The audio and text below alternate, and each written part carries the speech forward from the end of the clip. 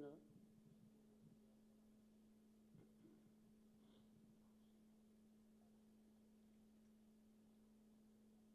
ఈరోజు TRS party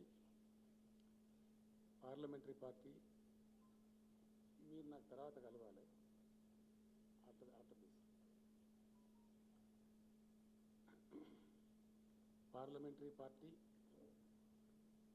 శాసనసభా పక్షం జడ్పీ చైర్మన్లు డీసీసీబీ డీసీఎంఎస్ అధ్యక్షులు పార్టీ రాష్ట్ర కార్యవర్గం అట్లాగే పార్టీ జిల్లా అధ్యక్షులు జిల్లా రైతు బంధు సమితి అధ్యక్షులు వీళ్ళందరితో కలిపి సంయుక్త సమావేశం జరిగింది. అందులో చాలా సుదీర్ఘమైన చర్చ తర్వాత రాష్ట్రంలో పండబోయేటువంటి యాసంగి వరి ధాన్యం మొత్తం కూడా పంజాబ్ తరహాలో కేంద్రం ప్రొక్యూర్మెంట్ చేయాలని చెప్పి కేంద్రాన్ని డిమాండ్ చేస్తూ యునానిమస్గా తీర్మానించడం జరిగింది. మొదటి దశలో రేపు మంత్రుల బృందం పార్లమెంటు సభ్యుల బృందం ఢిల్లీకి వెళ్తున్నారు. కంబైన్డ్గా అక్కడ ఫుడ్ మినిస్టర్ గారిని కలిసి తెలంగాణ రైతుల పక్షాన మా వాళ్ళు అక్కడ డిమాండ్ చేస్తారు. మినిస్టర్ గారిని కలిసి వాళ్ళు తీసుకుంటారనే మేము ఆశిస్తూ ఉన్నాం. కేంద్రం ఇచ్చిన సూచన మేరకు ఇక్కడ మా వ్యవసాయ మంత్రి గారు చేసిన సూచనల మేరకు కూడా గత యాసంగిలో వాస్తవానికి 54-55 లక్షల ఎకరాలలో వరి పంట ఉంటే ఈసారి ఒక 20 లక్షలు తగ్గించగలిగినాం. అది 35 లక్షలకే వచ్చింది. ఈ 35 లక్షలలో కూడా మాకుండే సమాచారాన్ని బట్టి ఒక 3 లక్షలు సీడ్ కోసం ఉత్పత్తి చేశారు రైతులు. మరొక 2-2.5 లక్షలు ఇంచుమించుగా వాళ్ళ స్వంత భోజనం కోసం రైతులు వాడుకుంటారు. వాళ్ళ పంట వాళ్ళే తింటారు కాబట్టి వాడుకుంటారు. అంటే నెట్ 30 లక్షల ఎకరాలది వరి అమ్మాల్సినటువంటి అవసరం ఏర్పడుతుంది. చాలా తగ్గింది. గతంకి ఇప్పటికి పోలిస్తే ఇంచుమించు 25 లక్షల ఎకరాలలో పంట మార్పిడి కింద తగ్గించగలిగినాం. అయినప్పటికీ కొన్ని వందరు పొలాలు కొన్ని ఇతరత్ర ఉండి రైతులు పండిస్తారు కాబట్టి దీన్ని తీసుకోవాల్సిన బాధ్యత ప్రభుత్వం మీదనే ఉంటుంది. గతంలో కూడా నేను ఒకసారి చెప్పినా మళ్ళా కూడా నేను చెప్తున్నాను. ప్రపంచవ్యాప్తంగా ఆహార రంగంలో ఫుడ్ సెక్యూరిటీ విషయంలో అన్ని దేశాలు కూడా స్వావలంబన ఉండాలని కోరుకుంటాయి. అందుకోసం భారతదేశంలో కూడా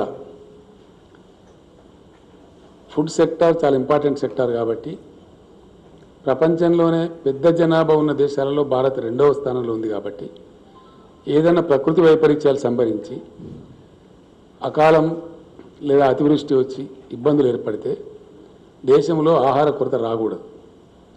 ఆ దృష్టితో తెచ్చిందే గతంలో ఫుడ్ సెక్యూరిటీ యాక్ట్. ఈ ఫుడ్ సెక్యూరిటీ యాక్ట్ ద్వారా ఆ బాధ్యతను భారత రాజ్యాంగం కేంద్ర ప్రభుత్వం మీద పెట్టింది. కేంద్రం ధాన్యం సేకరించాలి. ఆ పద్ధతిలో సేకరిస్తూ ఉన్నారు.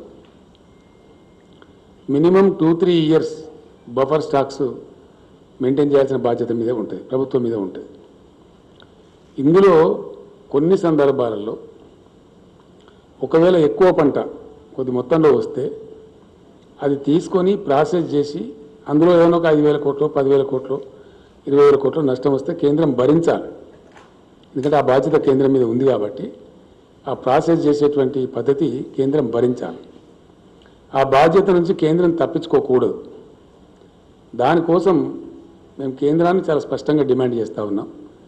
అనేక విషయాలలో ఇప్పుడు ఉన్నటువంటి బీజేపీ ప్రభుత్వం Ek Bharat Shreshtha Bharat, 1 nation 1 ration, 1 nation 1 policy అంటారు వాళ్ళు.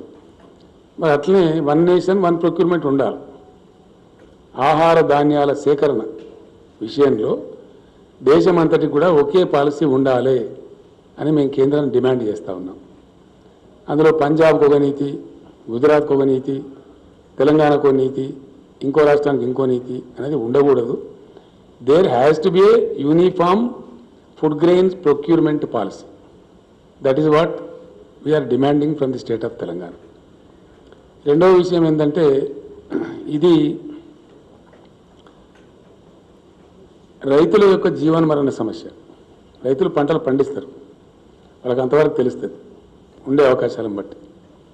కాబట్టి ఆ పంట తీసుకునే విషయంలో కాలికి పెడితే మెడకు, మెడకు పెడితే కాలికి, దానికి ఏదో మెరమెచ్చకాలు చెప్పి తప్పించుకోగలడం కరెక్ట్ కాదు.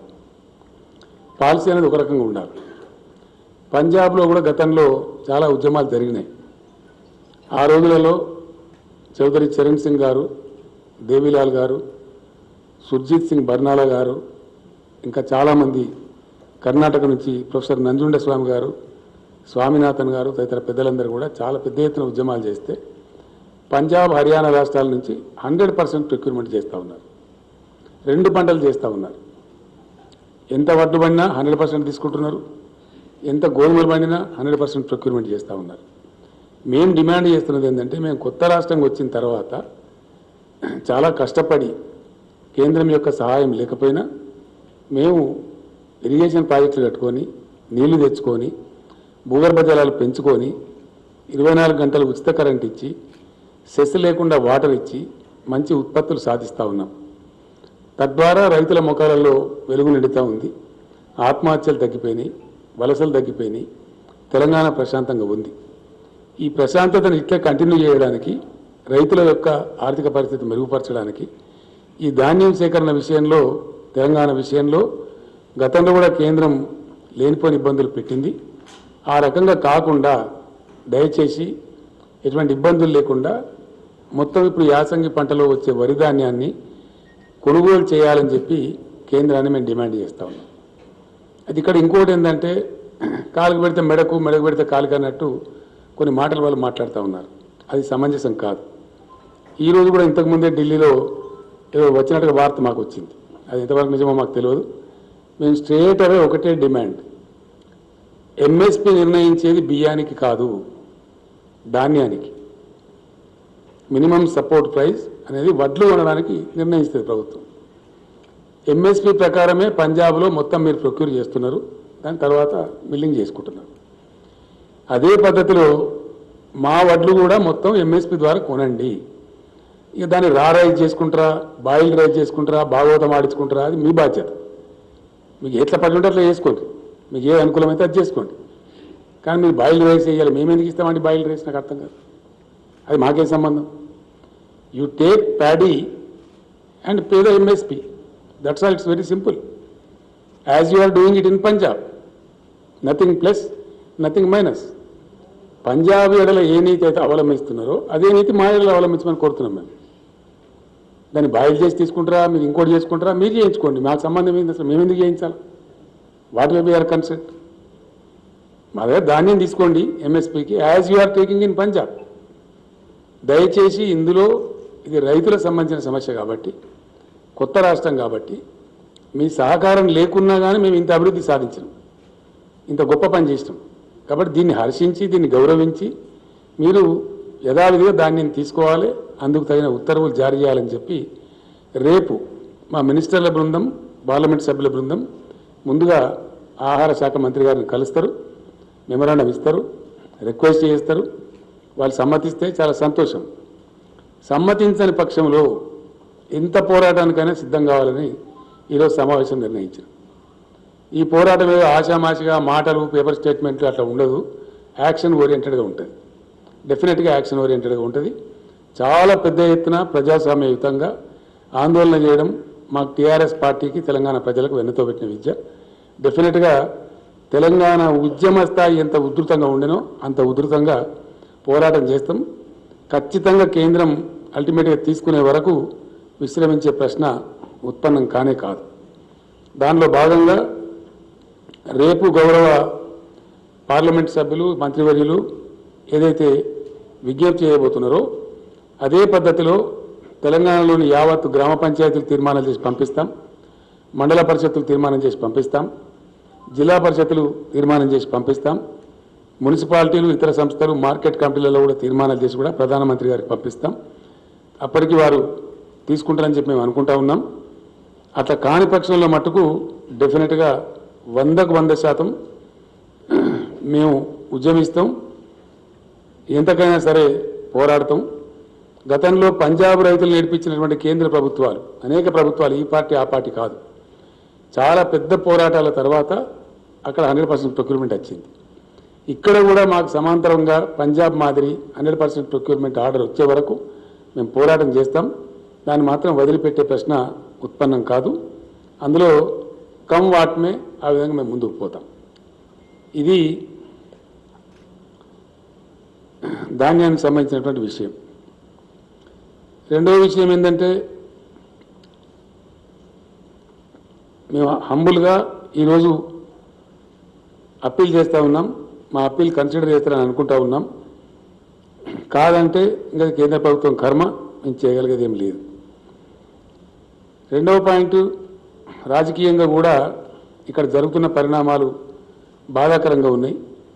సమాజాన్ని డివైడ్ చేసేటువంటి ఒక విషపూరితమైనటువంటి ప్రయత్నాలు చాలా జరుగుతూ ఉన్నాయి, which is not desirable for this country. ఇప్పటికే దేశం ఒక నిర్ణయానికి వచ్చింది క్లియర్గా, చాలా క్లియర్గా.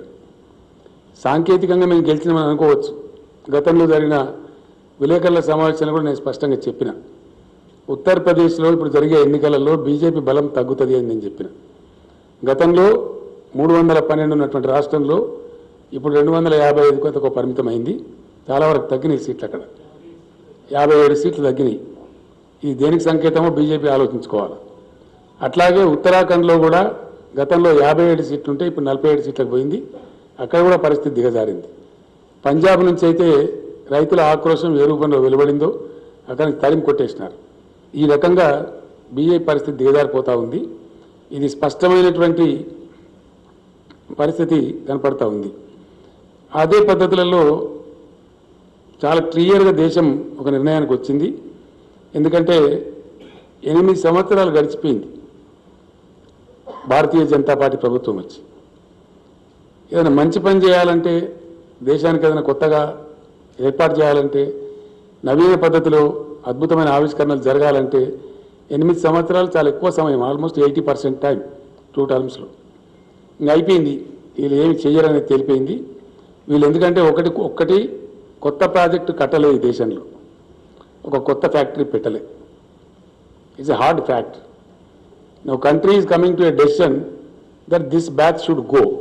ఈ దేశం బాగుపడాలంటే, కొత్తదనం రావాలంటే, దేశం అభివృద్ధి పదంలో ముందుకు పోవాలంటే ఈ ప్రభుత్వం పోవాలని ఒక నిర్ణయానికి వచ్చింది. ఆ రకంగా దేశంలో ఫలితాలు కూడా కనపడతా ఉన్నాయి. ఎందుకంటే వీళ్ళు చేసింది ఏమి లేదని తెలిసిపోయింది. నేను మొన్న అసెంబ్లీలో కూడా చెప్పడం జరిగింది, యూపీఏ గవర్నమెంట్ బాగలేదని తీసేసి బీజేపీ పార్టీకి అధికారం ఇస్తే అంతకన్నా అధ్వానమైన పరిస్థితులు ఇప్పుడు దాపరించినాయి. ఆ రోజు ఉన్నదానికంటే పరిస్థితులు అన్ని రంగాలలో దిగజారిపోయినాయి. ఒకటి రంగం, 2 రంగాలు కాదు. జీడిపి 8% గ్రోత్ ఉన్నటువంటిది ఆ రోజు యూపీఏలో ఇప్పుడు 9%కో 10%కో పోవాల్సింది 6% పడిపోయింది. అన్ఎంప్లాయ్మెంట్ రేటు అప్పుడు 5.2, 4.7 ఆ ప్రాంతంలో ఉంటే ఇప్పుడు 7.4కు పోయింది. డిసెంబర్ 2020కి అది 9.3కి పోయిందని చెప్పి రిపోర్ట్స్ చెప్తా ఉన్నాయి, కేంద్రం లెక్కలు చెప్తా ఉన్నాయి. అంటే నిరుద్యోగిత రేటు బాగా పెరిగిపోయింది. అట్లనే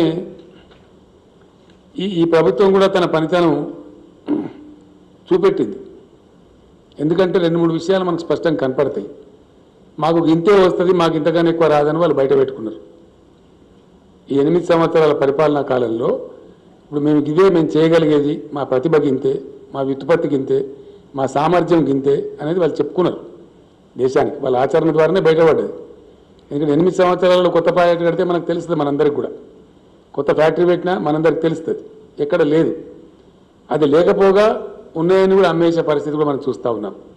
ప్రభుత్వ రంగ సంస్థలన్నీ కూడా చాలా చౌకగా, కారు చౌకగా తమ దాబదారులకు కట్టబడుతున్నటువంటి మాట వస్తూ ఉంది. రెండోది ఏమైపోయింది, పాపులర్లీ ప్రజలకు 2 విషయాలు వచ్చినాయి కొత్త నినాదాలు. అయితే డిమానిటైజేషన్, లేకపోతే మానిటైజేషన్. అయితే డిమానిటైజేషన్ చేయాలా, లేకపోతే మానిటైజేషన్. గ్రామ పంచాయతీలు కూడా కుదవబెట్టుకోను అని చెప్పిన వీళ్ళు. మీ గ్రామాలు అభివృద్ధి చేసుకోవాలంటే గ్రామ పంచాయతీలు కూడా మానిటైజేషన్ చేసుకోండి. పంచాయతీరాజ్ అసెట్స్, ఊళ్ళలో ఉన్న ఆస్తులు కూడా మానిటైజ్ చేసుకోమన్నారు. ఆ విధంగా పోతా ఉంది. ఇంకో బాధాకరమైన అంశం ఏంటంటే, దేశంలో ఏం జరుగుతుంది అనేది పరిశీలించినప్పుడు ఇది మేధావులు ముఖ్యంగా యువత ఆలోచించాల్సిన అవసరం ఉంది. నిన్న ఈరోజు చూస్తూ ఉన్నాం. ఇప్పుడు ఫేమస్ ఒక కథ సోషల్ మీడియా ద్వారా నాటబడుతున్న విష ప్రచారం, అవాంఛనీయమైనటువంటి అనారోగ్యమైనటువంటి ఏ రకంగా కూడా ఆహ్వానించతగనటువంటి ఒక దుష్పరిణామాలు వస్తూ ఉన్నాయి. కాశ్మీర్ ఫైల్స్ ఇప్పుడు ఒక నినాదం. ఏదైనా ప్రోగ్రెసివ్ గవర్నమెంట్ ఉంటే irrigation files, industrial files, economic files, files ఉంటే ఈ కాశ్మీర్ ఫైల్స్ ఏంటండి నాకు అర్థం కాదు. ఇదో దిక్కుమాలిన వ్యవహారం. ఎవరికి కావాలని కాశ్మీర్ ఫైల్స్? దాంతో వచ్చేది సచ్చేది. ఢిల్లీలో కాశ్మీర్ పండిట్లో చెప్తున్నారు, మాకు జరిగినటువంటి దీన్ని ఓట్ల రూపంలో సొమ్ము చేసుకునే ఒక దుర్మార్గమైన ప్రక్రియ ఈ ప్రచారం. మాకు అసలు ఏం ఒక పైసా పనిచేయలేదు, మాకేం రిలీఫ్ రాలేదు, ఎటువంటి లాభం లేదు అని వాళ్ళు మొత్తుకుంటూ ఉన్నారు. ఇప్పుడు నా దగ్గర ఉన్నాయి, సోషల్ మీడియాలో తిరుగుతూ ఉన్నాయి అవన్నీ. సో ఈ రకమైనటువంటి దేశ విభజన, ప్రజల విభజన చేసి ఒక రకమైనటువంటి విద్వేషాన్ని రెచ్చగొట్టి ప్రయత్నాలు ఏవైతే జరుగుతున్నాయో అది కరెక్ట్ కాదు. తెలంగాణ సమాజానికి అసలు జీర్ణం కాదు. ఎందుకంటే మేము తెలంగాణ ఉద్యమం చేసినాం, చాలా ఉధృతంగా చేసినాం, దశాబ్దాల తరబడి చేసిన తెలంగాణ. మనం రెండవ దశ మలి దశలో చేసినప్పుడు 14-15 సంవత్సరాలు పోరాటం చేసినాం. మేము ఏం పిలిపించినామండి? సకల జనుల సమ్మె అన్నాం. కానీ హిందువుల సమ్మె, సిక్కుల సమ్మె, ముస్లింల సమ్మె, క్రైస్తవుల సమ్మె పెట్టినామండి. ఇంక్లూజివ్ ఒక అజిటేషన్ చేసిన, ఒక గ్రోత్ సాధించిన, ఒక ప్రగతి సాధించిన, it should be inclusive, it should be of the entire nation. ప్రభుత్వం గట్ల మాట్లాడాలి. కానీ దౌర్భాగ్యం ఏంటంటే బీజేపీ పాలిత రాష్ట్రాలలో, అనేక రాష్ట్రాలలో సెలవులు ఇచ్చి ప్రభుత్వ ఉద్యోగస్తులను కాశ్మీర్ ఫైల్ సినిమా చూడమని చెప్తున్నారు. ఎటు పోతుందండి దేశం? ఏం దిక్కుమాలిన ప్రచారం ఇది? ఇదేం విభజన రాజకీయం? దీని పర్యవసానం ఏంది? ఎక్కడ తీసుకెళ్తారు ఈ దేశాన్ని? అనేక దశాబ్దాల తరబడి అనేక ప్రభుత్వాలు కొనసాగించినటువంటి కృషి వల్ల ఒక వాతావరణం నిర్మాణం అయితే ఇలా భారతదేశంలో ఐటీ రంగంలో అది అంతర్జాతీయ స్థాయి విపిని. ఐటీ రంగం అనేది ఇండియా నుంచి దాదాపు 5 లక్షల కోట్ల పైచలకు సాఫ్ట్వేర్ ఎక్స్పోర్ట్ అవుతా ఉంది. బెంగళూరు, హైదరాబాద్, పూణే తదితర ఏరియాలను కలుపుకుంటే ఎక్కడికి పోతే రేపు పొద్దున ఇది? ఈ విభజన రాజకీయాలు పెట్టి, విద్వేషాలు పెట్టి సమాజాన్ని విచ్చలవిడి ప్రయత్నాలు చేస్తే ఏం జరుగుతుంది? రేపు పొద్దున వాతావరణ కాలుష్యం ఏర్పడితే ఎవరు దానికి బాధ్యతలతో వహిస్తారు రేపు పొద్దున? కాబట్టి డెఫినెట్లీ 100%. ఇంకోటి, ప్రభుత్వ అసమర్థత అనేక రూపాలలో బహుముఖీనంగా బయటపడ్డది. కరోనా వస్తే దాన్ని ట్యాకిల్ చేయడంలో చాలా ఘోరంగా విఫలమైంది కేంద్ర ప్రభుత్వం, చాలా ఘోరంగా. స్వాతంత్రానంతరం దేశ జనాభా కోట్లాది ప్రజలు పొట్ట చేత పట్టుకుని అన్నమా రామచంద్రాన్ని కూలి చేసుకునే ప్రజలను, కోట్ల మందిని నేషనల్ హైవేస్ మీద చిన్న చిన్న పిల్లా పాపలను సంకలేసుకొని 1000 కిలోమీటర్లు నడిపించిన ఘనత ఈ పార్టీ ప్రభుత్వానికి. So it was the biggest trauma faced by the polity of the nation. It's very tragic. చాలా దౌర్భాగ్యం దిక్కుదోచినటువంటి దాన్ని ఏదో మసిబూసి మారేడిగా చేసి దానికి ఏదో స్టోరీలు చెప్తారు. కనీసం రైళ్ళన్న వేయండి, ఎక్కడో అక్కడ వెళ్ళిపోతారంటే వాళ్ళ టికెట్ కూడా మీరు పెట్టుకోమని రాష్ట్ర ప్రభుత్వం తోసింది తప్ప వేయలే. బాధ్యత ఉన్నట్టు కనిపించదు ఎక్కడ కూడా. ఇటువంటి చర్యలు అద్భుతమైనటువంటి మనందరం కూడా గంగాజలం అని ఎంతో ప్రేమతోని ఎంతో పవిత్రంగా భావించే గంగానదిలో కూడా 100,000 శవాలు తేలేటట్టు చేసినటువంటి ప్రభుత్వం ఈ ప్రభుత్వం. It's a fact. దీన్ని దాసలేరు. ఎన్ని ప్రయత్నాలు చేసినా, ఎన్ని మెరమెచ్చకాలు చెప్పినా, ఎన్ని ఉల్టా పాటలు మాట్లాడినా ఇవి దాసలేరు కదా. ఇవన్నీ వాస్తవాలు. ఇట్లా ఎంతవరకు వచ్చింది ఇది? నిన్నగాక మొన్న ఉక్రెయిన్ పరిణామాలు, రష్యా ఉక్రెయిన్ యుద్ధం. ఒక 20,000 మంది పిల్లలుంటే వాళ్ళని తేలే. ఎంబసీని షిఫ్ట్ చేసినారు నెల ముందు, కానీ పిల్లల్ని షిఫ్ట్ చేయలే, అలర్ట్ చేయలే.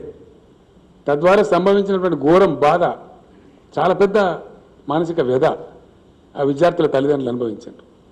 మొన్న మేము చెప్పినాం అసెంబ్లీలో, వాళ్ళ చదువులు పోవద్దు, మేము ముందుకు వస్తాం. మా తర్వాత బెంగాల్ గవర్నమెంట్ కూడా ప్రకటించింది. కానీ కేంద్రం నుంచి ఉలుకు లేదు, పలుకు లేదు. ఇది రెస్పాన్స్ కేంద్ర ప్రభుత్వం. అంటే ఇట్లా ఏ రకంగా చూసినా మాకు ఎంతసేపు కాశ్మీర్ ఫైల్స్, విద్వేషాలు ప్రవేశపెట్టడం, సమానంగా విడదీయడం మాకు ఇంతే సాధన అవుతుందని చెప్పగా చెప్తున్నారు. మాకు ఇక అభివృద్ధి లేదు, ప్రగతి లేదు, ప్రాజెక్టు లేదు, ఏమీ లేదు, జీడిపి పెంచేది లేదు, దేశం యొక్క ఆర్థిక అభివృద్ధి లేదు, జస్ట్ నథింగ్. అన్ని ఇండెక్స్లలో చాలా భయంకరమైనటువంటి ఇండెక్స్. నిన్నగాక మొన్నటి అది వచ్చింది హ్యాపీనెస్ ఇండెక్స్ అని. దానిలో 139వ ర్యాంక్ భారతదేశం. 149 దేశాల ర్యాంక్ తీస్తే అవర్ పొజిషన్ ఇది 139. మేము అంటే ఇంకో రకంగా ఉంటుంది.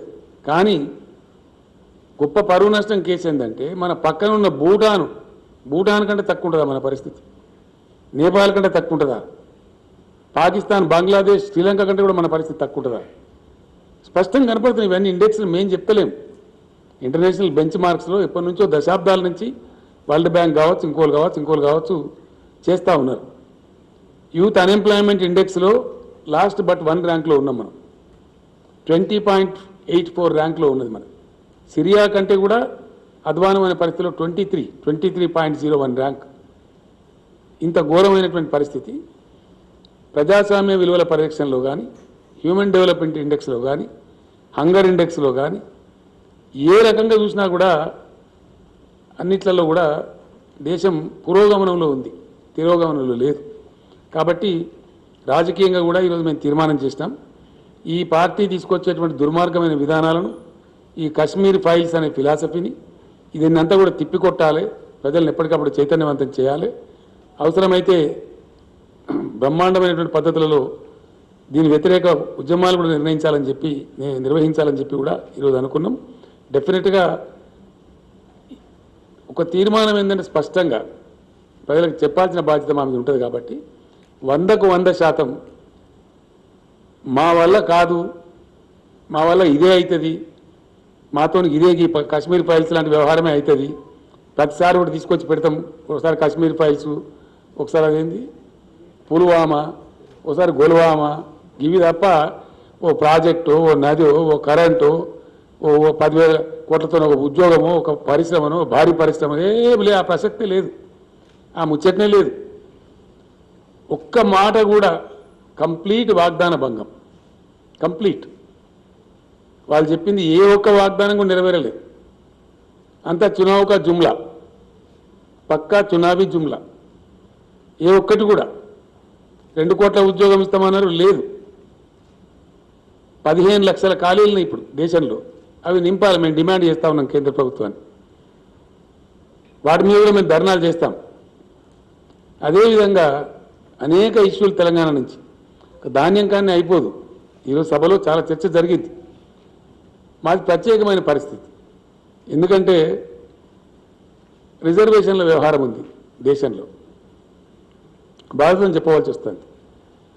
రిజర్వేషన్ల వ్యవహారంలో యాక్చువల్లీ 50% కన్నా ఎక్కువ ఉండద్దు అని రాజ్యాంగం లెక్క లేదు. కానీ సుప్రీంకోర్టు ఒక జడ్జిమెంట్ ఇచ్చింది. ఆ జడ్జిమెంటు పూర్తి స్థాయిలో ఇంప్లిమెంట్ అవుతుందా దేశంలో? అయితే లేదు. తమిళనాడులో 69% ఇస్తారు, ఇంకో రాష్ట్రంలో ఇంకో % ఇస్తారు, మన దగ్గర 50% దాటద్దు అంటారు. కానీ నేను అడిగినాం, ప్రధానమంత్రి కూడా మేము అడిగినాం ఎక్కడ పద్ధతి అని చెప్పి. సుప్రీంకోర్టు ఇచ్చిన జడ్జిమెంట్లో వాళ్ళకు వెసులుబాటు ఇచ్చారు. ఏదైనా ప్రాంతంలో, దేశంలో, ఏదైనా రాష్ట్రంలో ప్రత్యేక పరిస్థితి సంభవిస్తే అప్పుడు ప్రభుత్వాలు పెంచుకోవచ్చు, 50% అధిగమించవచ్చు అని చెప్పారు. దాన్ని మొత్తం మేము కంప్లీట్గా కమిషన్ ఏర్పాటు చేసి రిపోర్ట్ తెప్పించి అధ్యయనం చేసి సమగ్రంగా పంపించినాం. శాసనసభ ఏకగ్రీవ తీర్మానం చేసి పంపించినాం. గిరిజన రిజర్వేషన్లు మేము ఆంధ్రప్రదేశ్లో ఉన్నప్పుడు పల్చబడ్డాం, మేము 6%గానే పరిగణించబడ్డాం. ఇవాళ మా పర్సెంటేజ్ పెరిగిపోయింది తెలంగాణ సెపరేట్ స్టేట్ కావడం వల్ల. కాబట్టి దాన్ని 10% పెట్టుకుంటామని చెప్పి పంపించినాం. ఈ రోజు వరకు కూడా దాని మీద ఉలుకు లేదు, పలుకు లేదు, ఏదో కాగితం రాసి తప్పించుకునేటువంటి పరిస్థితి, ఇట్లా ఉన్నటువంటి పరిస్థితి. అట్లనే అనేక విషయాలలో ఎస్సీ వర్గీకరణ మా రాష్ట్రంలో పెద్ద ఉద్యమాలు జరిగినాయి. మా శాసనసభ ఇక్కడి నుంచి యునానిమస్గా, అక్కడ 2 కులాలు ఉన్నప్పటికీ మేము అందరినీ కన్విన్స్ చేసి యునానిమస్ తీర్మానం చేసి పంపించినాం. ఎవరికి వచ్చే పర్సెంటేజ్ వాళ్ళకి వస్తుంది, వాళ్ళకి జనాభాను బట్టి ఎందుకు పెండింగ్ పెట్టాలి, ప్రజలు కోరుతున్నారని చెప్పి పంపిస్తే దాని మీద కూడా ఈరోజు వరకు అతిగతి లేనటువంటి పరిస్థితి. అట్లనే బీసీల కులగణన చేయమని అడిగినాం. ఎవరికి ఏమి నష్టం ఉన్నదండి? ఎవరు ఎంతమంది ఉన్నదో తెలిస్తే వాళ్ళ పని వాళ్ళు చేసుకుంటారు, దానిలో ఇబ్బంది ఏమున్నది? దాన్ని కూడా పట్టించుకున్న పాపాన కేంద్ర ప్రభుత్వం కనపడతలేదు. ఈ విధంగా ఊరికే మాటలు ఒక రకమైనటువంటి భేదభావాలు సృష్టించి ఉద్వేగాలు రెచ్చగొట్టి విద్వేషాలు రెచ్చగొట్టి ప్రజలను ఒక రకమైనటువంటి ఉద్వేగాలకు లోను చేసి ఆ ఉద్వేగాలను రాజకీయంగా సొమ్ము చేసుకునే ఒక దుర్మార్గమైన క్రీడ ఈ దేశంలో జరుగుతూ ఉంది. ఇది సమంజసం కాదు, సమర్థనీయం కాదు. ఏ రకంగా కూడా ప్రోగ్రెసివ్ థింకర్స్ ఆలోచించే విధానం కాదు, ఆలోచించే పద్ధతి కాదు. దీనివల్ల దేశ ప్రగతి కుంటుపడుతుంది తప్ప ఇంకా ఈ ప్రభుత్వం కొనసాగినట్టయితే 100% దేశం చాలా భయంకరమైన పరిణామాలు ఎదుర్కొంటుంది, చాలా పెద్ద నష్టానికి గురవుతుంది. కాబట్టి this government should go. Yes, we have to pack up this government back to home. ఒక ప్రగతిశీల విధానంలో పనిచేసే ప్రభుత్వం రావాల్సిన అక్కడే ఉంటుంది. అందుకోసం కూడా తప్పకుండా మేము మా ప్రయత్నాలు మేము చేయాలని చెప్పి కూడా ఈరోజు నిర్ణయం చేసుకున్నాం. ఆ రకంగా విపరీతమైనటువంటి బ్యాంక్ స్కామ్స్ జరుగుతూ ఉన్నాయి. బ్యాంకుల రుణాలను కూడా ఎన్పిఏలు అని పేరు పెట్టడం కొత్త ఫ్యాషన్ మొదలైంది ప్రీ గవర్నమెంట్ వచ్చినాకనే.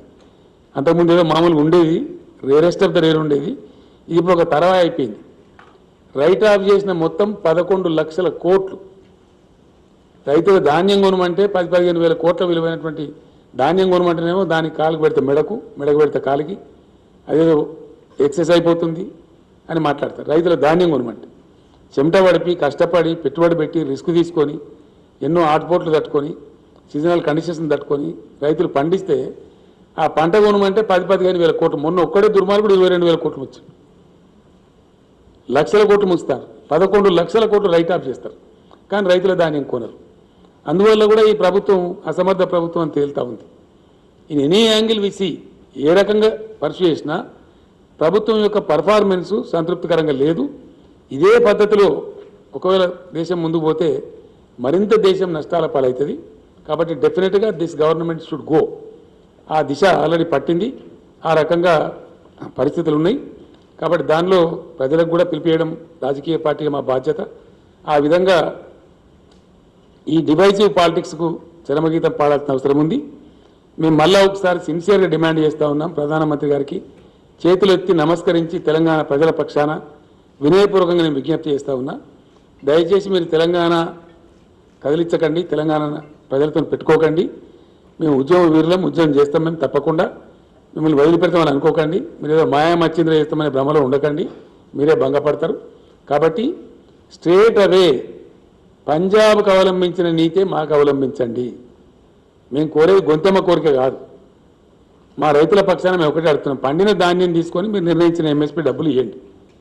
దాన్ని రైజ్ చేసుకుంటారో, బాయిల్డ్ రైజ్ చేసుకుంటారో, భాగవతం చేసుకుంటారో, ఇంకేం చేసుకుంటారో మీరు చేసుకోండి, మీ ఛాయిస్. మేమేది మిల్లింగ్ చేసి నాకు అర్థంగా మీరే మిల్లింగ్ చేసుకోండి. As state government, Punjab government లాగా మేము కూడా సహకరిస్తాం. మీకు మాకు ఏ పని పేరుతో ఆ పని చేస్తాం. ఆ ప్రాసెస్ మీకు పూర్తి స్థాయిలో సహకరిస్తాం. కానీ దానికి ఏదో మేము అదైతే కొంటా అన్నాం, ఇదైతే కొన అన్నాం. పంజాబ్లో ఏది కొన్నావు మాది అదే కొనమంటున్నాం. మేమేమంటున్నాం, పంజాబ్లో ధాన్యం తీసుకున్నావు, డబ్బులు ఇచ్చినావు, మాది కూడా ధాన్యం తీసుకో, డబ్బులు ఇచ్చి. మీరు సెకండ్ మీకు ఎంఎస్పీ నిర్ణయించింది బియ్యానికి కాదు కదా, ధాన్యానికి కదా. ఎంఎస్పీకే తీసుకొని మాకు డబ్బులు ఇచ్చేయండి అంతే. మీ తర్వాత ఏం చేసుకుంటారో ప్రాసెస్ మీది అది. అయినా వన్స్ అగైన్ ఐఎమ్ రీట్రేటింగ్, దయచేసి నేను చాలా క్లారిటీతో చెప్తాను ఈ మాట. దేశ ఆహార భద్రత విషయంలో ఫుడ్ సెక్యూరిటీ యాక్ట్ కింద రాజ్యాంగబద్ధమైనటువంటి విధిని కేంద్ర ప్రభుత్వం మీద పెట్టింది మన రాజ్యాంగం. అది రాజ్యాంగ విహితమైనటువంటి మీ యొక్క ధర్మ కర్తవ్యం, మీ యొక్క విధి. ఆ విధి నుంచి మీరు ఎస్కేప్ కావద్దు. ఆ ప్రాసెస్లో ఒక సమయంలో ఎక్కువ రావచ్చు కొద్ది దాన్ని, ఇంకో సమయంలో అకాలం వస్తే ఏం చేస్తారండి? ఇప్పుడు కరోనా లాంటి జబ్బు వస్తాయని వాళ్ళు అనుకున్నామా? గ్లోబ్ అంతా కూడా ఏ జబ్బు రాలే. First time in the world corona లాంటి మహమ్మారి మొత్తం ప్రపంచాన్ని అతలాకుతలించేసి. రేపు పొద్దున కరువో కాటకమో వస్తే భారతదేశానికి ఒక వారం రోజులు అన్నం పెట్టే దేశం ఇంకో దేశానికి ఉందా శక్తి? ఒక వారం రోజులు అన్నం పెట్టే కెపాసిటీ ఉందా? పేరుకున్న దేశాలు, వాళ్ళు లక్షల జనాభా, 10 కోట్ల లోపున దేశాలే దాదాపు 170-180 దేశాలని వితిన్ 10 crores. 1 crore ఉన్న దేశాలు చాలా ఉన్నాయి, లక్షల్లో ఉన్న దేశాలు చాలా ఉన్నాయి. ఏ దేశానికి కూడా ఇండియాకు ఒక వారం అన్నం పెట్టే పరిస్థితి లేదు. కాబట్టి బఫర్ స్టాక్స్ మెయింటైన్ చేయడం అనేది మీ కర్తవ్యము, మీ బాధ్యత. అది చాలా పవిత్రమైన బాధ్యత. రేపు పొద్దున పెద్ద క్రైసిస్లోకి దేశం పోతుంది. ఎక్కువ వస్తుంది కాబట్టి మేమేం చేయాలనే మాటలు కేంద్రం మాట్లాడకూడదు. మీ దగ్గర ఎఫ్సిఐ ఉంది, మీ దగ్గర గోడౌన్స్ ఉన్నాయి, మీకు మెకానిజం ఉంది, నిర్ణయాలు తీసుకునే అధికారం ఉంది. కాబట్టి మీరు ఎట్టి పరిస్థితులలో రైతులు పండించే ధాన్యం తీసుకోవాలి, కొద్దిగా ఎక్సెస్ అయినప్పుడు దాన్ని ప్రాసెస్ చేయాలి, అందులో చిన్న నష్టం వస్తే భరించాలి. అది మీ బాధ్యత. మీరు పాకిస్తాన్ రైతుల కోసమో అమెరికా రైతుల కోసమో కాదుగా మేము అడిగేది, భారత రైతుల కోసమే అడుగుతున్నాం, భారతదేశంలో ఉన్న రైతాంగం కోసమే అడుగుతున్నాం. దాని మీద పాలసీ చేంజ్ చేయాలా? ఎస్, ఓకే, మీరు పెట్టండి. అన్ని రాష్ట్రాల ముఖ్యమంత్రులను పిలవండి, అగ్రికల్చర్ మినిస్టర్లను పిలవండి, క్లారియాను ఖాళీ చేయండి, దేశాన్ని పంటల కాలనీల కింద విభజించండి, గైడెన్స్ చేయండి. దాన్ని మేము కూడా ఫాలో చేస్తాం అందరితో పాటు. కానీ అది ఏం లేకుండా ఆఫజాటుగా మేము ఒక దగ్గర తీసుకుంటాం, ఇంకో దగ్గర తీసుకుంటాం అంటే మీ ఇష్టం వచ్చినట్టు చేయడానికి లేదు. ఇది ప్రజాస్వామ్యం. ప్రజలకు హక్కులు ఉంటాయి, అడిగే హక్కులు ఉంటాయి, పోరాడే హక్కులు ఉంటాయి. పంజాబ్కు ఏ విధంగా, హర్యానాకు ఏ విధంగా 100% ప్రొక్యూర్మెంట్ ఉందో ఆ విధంగా మాది కూడా తీసుకోండి. ఇంకో మాట కూడా మేము విజ్ఞప్తి చేస్తూ ఉన్నాం, let there be a national procurement policy. జాతీయ స్థాయిలో ప్రొక్యూర్మెంట్ పాలసీ ఉండాలి. అది అందరికి సమానంగా ఉండాలి, ఒకటిగా ఉండాలి. అప్పుడే ధర్మం జరిగేటువంటి అవకాశం ఉంటుంది. కాబట్టి ఆ ప్రకారం చేయాలని చెప్పి కేంద్రాన్ని మేము కోరుతున్నాం. అట్లా చేయని పక్షంలో మట్టుకు చాలా పెద్ద ఎత్తున అనేక పోరాట రూపాలలో బ్రహ్మాండమైన పద్ధతిలో ఉద్యమం చేస్తాం. అవసరమైతే మొత్తం క్యాబినెట్ అంతా వెళ్ళి ఢిల్లీలో తీవ్రమైన నిరసన కార్యక్రమాలు కూడా చేపడతాం. ఇక్కడ కూడా ఉద్యమాలు నిర్మిస్తాం. మనం వెళ్ళినప్పుడు ఆ కిసాన్ నేతలు కూడా కొంతమంది నాకు కలిసినారు. తప్పకుండా మేము కూడా వస్తాం సార్, పార్టిసిపేట్ అవుతామని చెప్పినారు. జాతీయ స్థాయికి ఉద్యమాన్ని తీసుకొని పోతాం. కేంద్రాన్ని ఈరోజు ఇంకో డిమాండ్ కూడా నేను చేస్తూ ఉన్నా. దేశంలో ఇప్పటి వరకు అందరికి రాజ్యాంగ రక్షణలు ఉన్నాయి, కానీ దేశానికి అన్నం పెట్టే రైతులకు ఇలా కాన్స్టిట్యూషనల్ సేఫ్టీ లేదు. ఎస్, డెఫినెట్గా ఈ దేశంలో అది రావాల్సిన అవసరం ఉంది. Let there be constitutional safety for the farmers. किसान के लिए संवैधानिक रक्षा की जरूरत है. किसानों का हकों को संविधान में शामिल किया जाए. हमारे पार्टी की तरफ से हम डिमांड कर रहे हैं, किसानों को बचाने के लिए, किसानों का गौरव बढ़ाने के लिए, किसानों को आत्मनिर्भर बनाने के लिए किसानों को संविधान रक्षा चाहिए. ये हमारा डिमांड है केंद्र सरकार के साथ. ये कोई उल्टा सुल्टा डिमांड नहीं है. इसीलिए हम कह रहे हैं कि किसानों को संवैधानिक रक्षा दो. एमएसपी के लिए हो, प्रोक्योरमेंट के लिए हो, पैदावारी के लिए हो, किसी भी चीज के लिए हो, let there be a constitutional coverage, constitutional safety to the farmers. I appeal to the Honorable Prime Minister. I appeal to the Food Minister. If you are farmer loving government, now prove your integrity. Come forward. Take the farmers into the constitutional net. Constitutional protection ఇవ్వండి. ఆ రకంగా రాజ్యాంగ సవరణ చేయండి. మీకు చిత్తశుద్ధి ఉంటే ఇదే పార్లమెంట్లో పెట్టండి కాన్స్టిట్యూషనల్ అమెండ్మెంట్కు. మా పార్టీ సపోర్ట్ చేస్తాం, దేశమంతా కూడా సపోర్ట్ చేస్తారు, హర్షిస్తారు. ఆ రకంగా చేయాలని కూడా మేము కోరుతా ఉన్నాం. Thank you. అది ఏ పర్సెంట్ మాకు సంబంధం లేదు. నువ్వు ధాన్యం తీసుకో, నీకు ఎట్లా మంచిదే అట్లా చేసుకో, మాకెందుకు ఆ బాధ. మాకు నేను ఏమంటున్నా అంటే ఒకటే మా సింపుల్ ముచ్చట, పంజాబ్లో వడ్లు కొన్నావు, మావి కూడా వడ్లు కొని డబ్బులు ఇక అంతే. ఆ బియ్యం కథ దయ్యం కథ మాకెందుకండి, మాకెందుకండి? Why do I bother for that? As you have done in Punjab, do it in Telangana. That's all.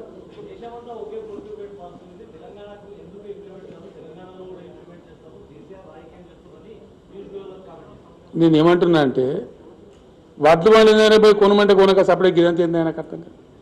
Comment ఏంది, మూమెంట్ ఏంది? కేసీఆర్ కామెంట్ చేయకుండా చేయరాదు, వడ్లు కొంటే అయిపోయాయి. చక్కగా మాట చెప్పరాదు. అరే యాసంగిలో పండే ధాన్యం అంతా కొంటామని చెప్పి నేను పోయి పూల బొకే బ్రహ్మాండంగా ఇచ్చి ఆయనకు దండ వేసి దండం పెట్టి వస్తా, కడప తల పెట్టమంటే కూడా పెడతా. ఈ కదా ఇవన్నీ మెరమెచ్చకాలి ఎందుకే? సింపుల్ మాట. దేశంలో ప్రొక్యూర్మెంట్ ఉంది, సంతోషం. అట్లే మాది కొనమని మేము అంటున్నాం. ఏమంటున్నాం మేము? మాకేం సంబంధం అదంతా?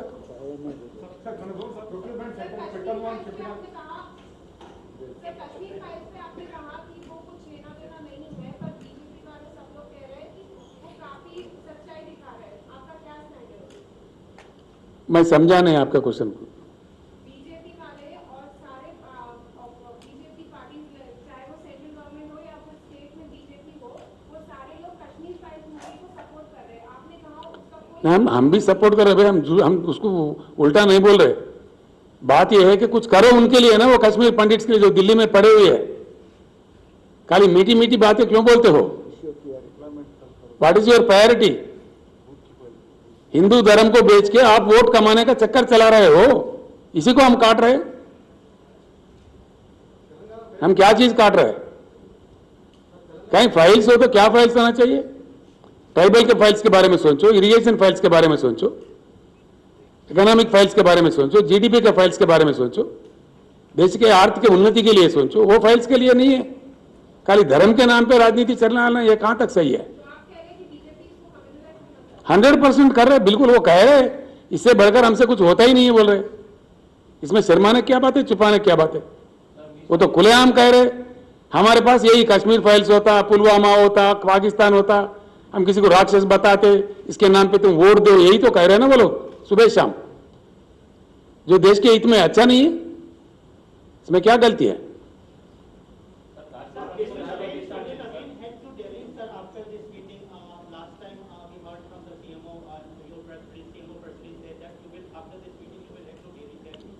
First of all, our minister's delegation, along with the agriculture minister and civil supplies minister, along with our honorable members, will go and meet Mr. Piyush Goyal. Ask him. We'll see his reaction. Thereby, if need be, I will myself go to Delhi. You will seek time from the Prime Minister office. We will see. I can't say it now. We will go according to the developments.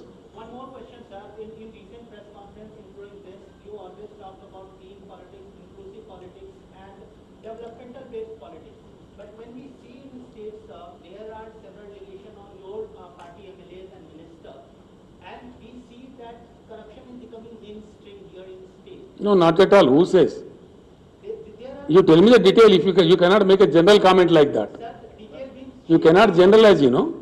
If there any specific issue is there, please bring it to my notice. We'll take action. BJP పోవాలంటున్నారు. కేంద్రంలో అంటే జాతీయ party మరొక జాతీయ party రెండు రాష్ట్రాలకే పరిమితమైంది.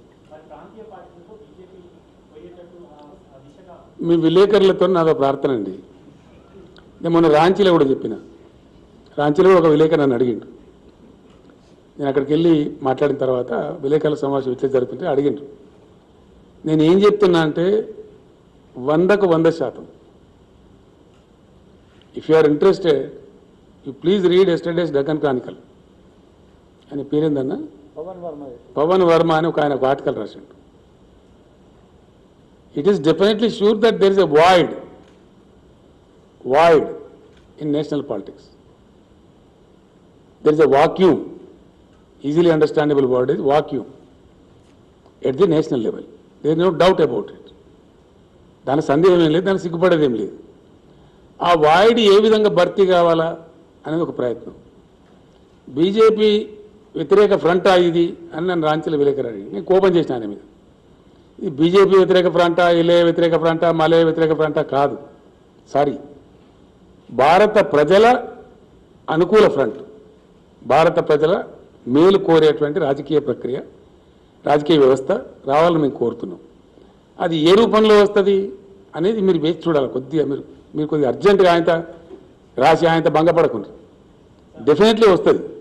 I'm telling, as KCR I'm telling, with all the tallest experience I have, with the 50 years of my political experience, I am telling, some very good alternative to all this will come. You will see it. Yes. అరే ఆగా గంట ఆగమెందుకు అవుతుంది? నేను చెప్పేది చెప్తున్నా, నువ్వు అరిచి పెడుతున్నావు ఎందుకు? అంత తొందర ఎందుకు పడుతుంది? అద్భుతమైనటువంటి పద్ధతిలో కొత్త జాతీయ పార్టీ రావచ్చు కదా, రావడదా? ఏమైనా టేకదారులు ఉన్నారా? There is a scope. So what comes let us see. ఇప్పుడు ఏం please hear me. Now the process has begun. What is happening in India? There were hopes about the UPA government. They failed in delivering. Thereby the people got upset and replaced UPA by BJP, hoping that Mr. Modi will deliver. Mr. Modi has utterly failed. And it is clear by now that we cannot deliver more than this. They made it. It is very clear before the nation. People may not tell, but I am telling. I am dare enough to say. Because it is a fact. Fact always remains a fact. Fact can never be undermined. మేము ఇంతకన్నా ఇంకా మీకు delivery చేయలేము అని ఇప్పుడున్న ప్రభుత్వం తేటతెల్లంగా చెప్పింది మనకు. లాస్ట్ మీటింగ్లో నేను చెప్పిన, కొందరు గ్రహించవచ్చు, కొందరు గ్రహించకపోవచ్చు. 8 బడ్జెట్లు ప్రవేశపెట్టబడ్డాయి. ఏం జరగలేదు ఈ దేశంలో. ఏం జరిగిందంటే జరిగితే మనకు తెలియదా? మనం రామా, ప్రజలలో లేమా మనం? ఓ కరెంట్ రంగమా, నీటిపారుదల రంగమా, ఏ రంగంలో జరిగిందండి? ఆర్థిక అభివృద్ధి జరిగిందా? ఏ రంగం అభివృద్ధి జరిగిందండి? అన్ని కిందికి పోతున్నాయి, నివేదికలు చెప్తున్నాయి. ప్రజాస్వామ్య విలువలు ముఖ్యమైపోతున్నాయి, శాంతి భద్రతలు తగ్గిపోతున్నాయి, ఆకలి చావులు పెరుగుతున్నాయి, నిరుద్యోగం పెరుగుతుంది, 15 లక్షల ఖాళీలున్నాయి గవర్నమెంట్లో, అది భర్తీ చేస్తలేదు. ఇవన్నీ ఫ్యాక్ట్స్ కదా. మేము డెలివరీ చేయగలిగేది గింతే అని ప్రభుత్వం చెప్పింది. కాబట్టి మార్పు రావాల్సిన అవసరం ఉంది. దీనిలో ఏమి అరమరికలు ఇవ్వండి. It's very clear and it's democracy. అది మాట్లాడుతూనే తప్ప అన్నట్టు, అట్లా మాట్లాడకూడదు అన్నట్టు మాట్లాడితే ఎట్లా? తప్పకుండా ఈ దేశంలో పరివర్తన రావాల్సిన అవసరం ఉంది, భారీ పరివర్తన రావాల్సిన అవసరం ఉంది, స్ట్రక్చరల్ చేంజెస్ రావాల్సిన అవసరం ఉంది. ఎస్, డెఫినెట్గా చాలా స్ట్రక్చరల్ చేంజెస్ రావాలా. 75 సంవత్సరాలలో కూడా చాలా అనామలీస్ ఉన్నాయి, చాలా అనామలీస్ పెండింగ్లో ఉన్నాయి, చాలా విషయాలు ఉన్నాయి. అవన్నీ చర్చకు పెడితే వస్తాయి అవన్నీ. కాబట్టి ఇప్పుడు దేశం అర్థం చేసుకున్నది. UPA has miserably failed, it was replaced by BJP and BJP has more miserably failed. UPA కన్నా అధ్వానంగా ఫెయిల్ అయిపోయింది. ఫెయిల్ కావడమే కాకుండా వీళ్ళు విద్వేష రాజకీయాలు తెస్తున్నారు. యూపీఐలో అది లేకుండా అట్లీస్ట్ వీళ్ళు ఒక ద్వేషం, విద్వేషం రోజు పొద్దున్న లేస్తే అది ఎన్నిక వస్తుందంటే ఒక కథ, ఒక ఉద్వేగ పరిస్థితి క్రియేట్ చేయాలి, దాన్ని ఎన్కాష్మెంట్ చేసుకోవాలి. ఏం ఉపన్యాసాలు వింటున్నామండి ఈ దేశంలో? ఏం ఎన్నికల్లో మాట్లాడే ఉపన్యాసాలేనా? ఒక చెన్నారెడ్డి గారు మసీదు పక్కన నిలబడి పంచండి అని చెప్పి చేసి మాట్లాడండి అని చెప్పి 6 ఏళ్ళు బార్ చేసింది, ఆయన డిబార్ చేశారు, ఆయన సభ్యత్వం తీసేశారు మన రాష్ట్రంలో. ఈరోజు నిన్నగాక మన జరిగిన ఉత్తరప్రదేశ్లో ఏందండి, ఏమేం జరిగింది? మాకు ఓటు అయిపోతే నేను ఫలానా మతం అని పేరు పెడతాం. ఈ భాష ఉపన్యాసాలు చెప్తున్నారు. ఇది వాంఛనీయమై దేశంలో?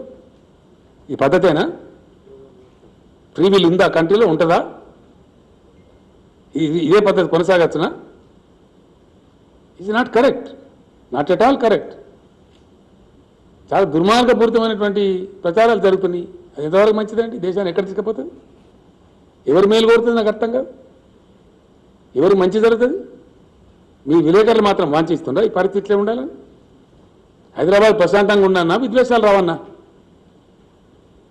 హైదరాబాద్లో పిల్లలకు ఉద్యోగ అవకాశాలు పెరగన్నా, ఉన్న ఉద్యోగాలు ఊడిపోవన్నా?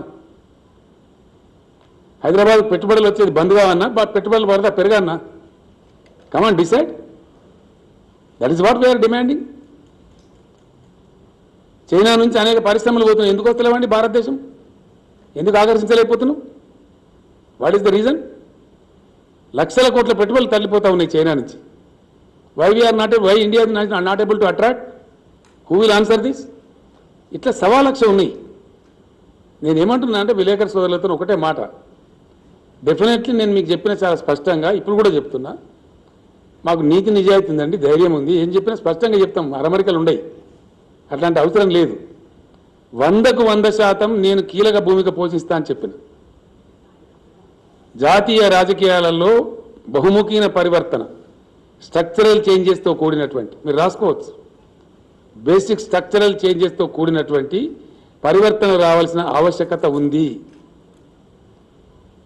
मैं हिंदी में भी बोलूंगा हमारे हिंदी मित्रों के लिए कि इस देश में भारी परिवर्तन आने की बहुत ही जरूरत है, इसलिए कि यूपीए सरकार से निराश होकर हम जिस ढंग से बीजेपी को जिताए हैं, उन्होंने बता चुका है उनका रंग, उनका डिलीवरी क्या है, उनका कैपेसिटी क्या है, ये देश के सामने आ चुका है.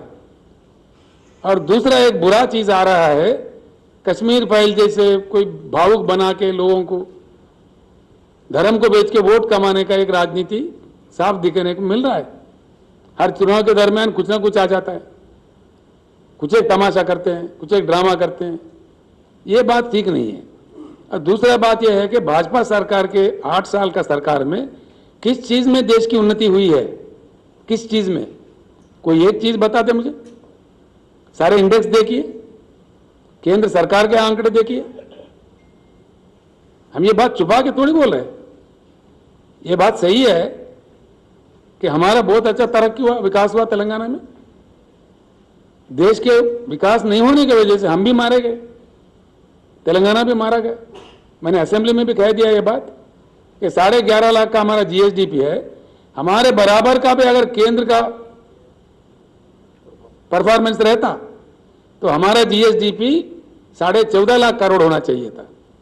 3 लाख करोड़ का नष्ट हुआ केंद्र के नाकामी से, केंद्र के नॉन परफॉर्मेंस से। Yes, I am telling this as a chief minister, as an authority, it's a fact. దేశం నష్టపోతా ఉంది, మేము నష్టపోయినాం. కాబట్టి మార్పు రావాలి, పరివర్తన జరగాలి, తప్పకుండా ప్రయత్నం జరగాలని కోరుతా ఉన్నాం. ఆ ప్రయత్నం ఏంది? ఆ ప్రయత్నంలో కేసీఆర్ అద్భుతమైన పాత్ర పోషిస్తాడు, అందులో ఎవరికి అనుమానమే అవసరం లేదు. కొంతమంది పాపం వాళ్ళోళ్ళు వీళ్ళోళ్ళు నియాల కొన్ని ఏంటి అవి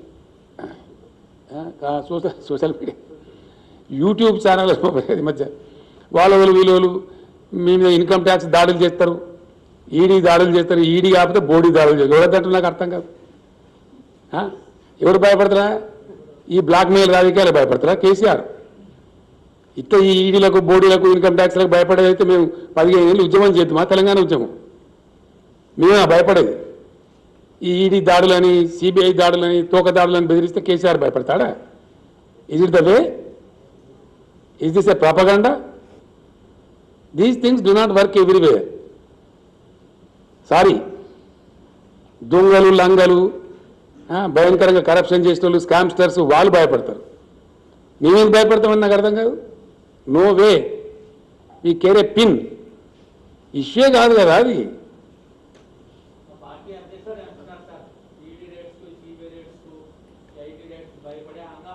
నేను ఏమంటున్నా అంటే హంగామా చేస్తారా? హంగామా చేస్తారా? హంగామా చేస్తారా ఎవరన్నా? నిజంగా ఈడీ రేట్స్కి భయపడేటోళ్ళు భయపడతారు. ఈ పిట్ట బెదిరింపులకు, ఈ ఈడీ బీడీ బెదిరింపులకు, నీ బోడీ బెదిరింపులకు ఎవరు భయపడాడు?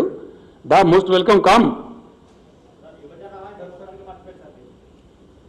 సార్, ప్రొక్యూర్మెంట్ సెంటర్స్ మనం పెట్టము అని ముందే చెప్తాం సార్, అయినా రైతులు ఇంత పెద్ద ఎత్తున పంట పండించారు. అందుకే కొనమంటున్నావు రాహుల్. మేమే రైతులను పంట తగ్గించే కోసం చెప్తాం కదా, పంట తగ్గించినాం కదా 20 లక్షల ఎకరాలు. ఏవో డిస్కరేజ్డ్ 20 lakh acres తగ్గింది. ఈ మాత్రం వచ్చింది కాబట్టి కొనమంటున్నాం. ఏమన్నా దాంట్లో పెద్ద బ్రహ్మ పదార్థం.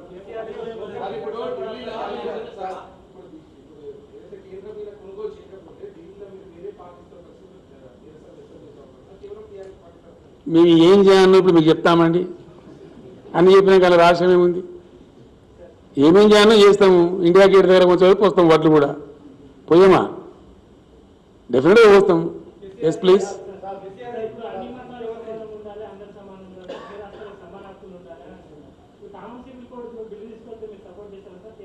అది వచ్చినప్పుడు కదా ఆలోచిస్తాను. ఇప్పుడు ఎందుకు లేనిది నువ్వు ఒకటి కాల్పనిక విషయాలు ఎందుకండి? వచ్చినప్పుడు మాట్లాడదాము. ఏమండి ఇవే విషయాలు? రైతులకు రాజ్యాంగపరమైన రక్షణలు రావాలి, దానికోసం అద్భుతమైన రైతు ఉద్యమాలు నిర్మించాలని నేను వాళ్ళకి సలహా ఇచ్చిన. వాళ్ళు నాకు ధన్యవాదాలు చెప్పారు. దానికోసం రచన కూడా జరుగుతూ ఉంది. మోడీ ప్రభుత్వాన్ని నిద్రపోనీయము. రైతులకు రాజ్యాంగ రక్షణ వచ్చేటువంటి ప్రభుత్వం రావాలి దేశంలో.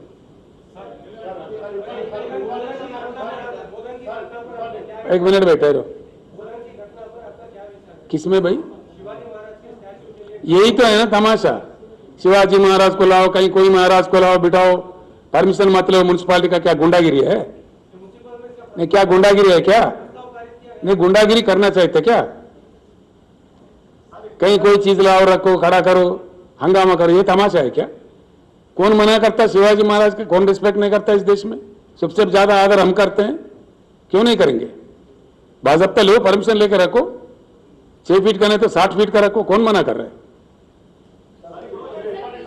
शिवाजी महाराज के नाम पे राजनीति मत करो. शिवाजी अगर रहता तो खुदकुशी कर लेता इस पे.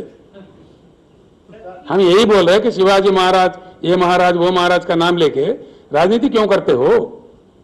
दम है तो there are much deeper issues which are of most public importance, public concern. देश में गरीबी है उसके बारे में बात करो, देश का बेरोजगारी के बारे में बात करो, देश का जीडीपी मारा गया है उसके लिए बात करो। उसके लिए क्यों बात नहीं करते? वहां आवाज नहीं आता। ఒకరు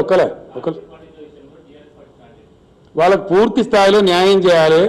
కేంద్రం శుష్కప్రియాలు శూన్యాస్తాలతో వాళ్ళ మీద సినిమా చూపించి రాజకీయ సొమ్ము చేసుకుంటుంది తప్ప వాళ్ళకి న్యాయం చేస్తలేదు. నేనంటే వీళ్ళు కాశ్మీర్ పండితులు అంటుండ్రు. నిన్న ఇవాళ స్టేట్మెంట్లు ఇచ్చిన టీవీలకు వాళ్ళు బీబీసీ టెలికాస్ట్ చేసింది. It's all political drama played by BJP for 24 elections అని స్పష్టంగా కాశ్మీర్ పండితులు వాళ్ళ క్యాంపులో చెప్పిండ్రు. మీ వీడియో కావాలన్నా చూపెట్టన్నా? ఒప్పుకుందా?